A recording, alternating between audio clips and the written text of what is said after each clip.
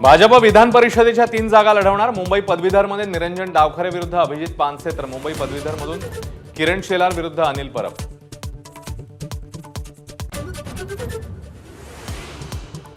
कोकण पदवीधर मतदारसंघात महायुतीमध्ये 3 तिघाडा। कोकण पदवीधरसाठी डावखरेंविरोधात मनसेची उमेदवारी।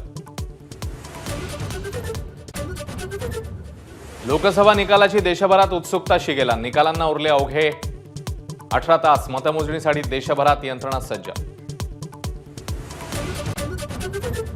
काही उमेदवार न बदलल्यानं जागा कमी होताना दिसतायत। मंत्री गिरीश महाजनांची कबुली।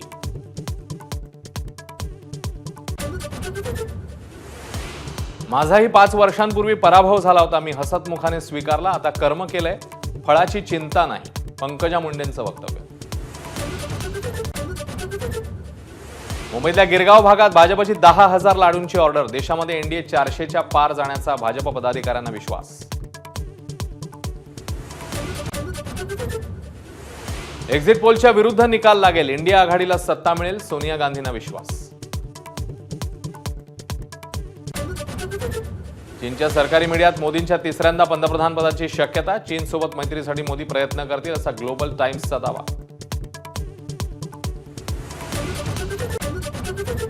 कन्याकुमारीतील ध्यानधारणेवर पंतप्रधान मोदींचा वर्तमानपत्रात लेख। साधनेने विचारांना नवी उंची मिळाल्याची भावना।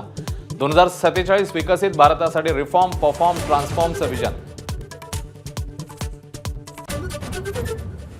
अरुण गवळीच्या सुटकेविरोधात सुप्रीम कोर्टात सरकारची याचिका। 2006च्या नियमानुसार गवळीच्या सुटकेला सरकारचं आव्हान।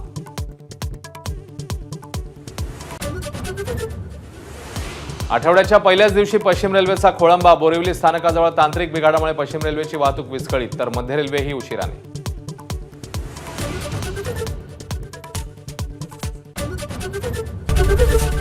एबीपी माझा, उघडा डोळे बघा नीट।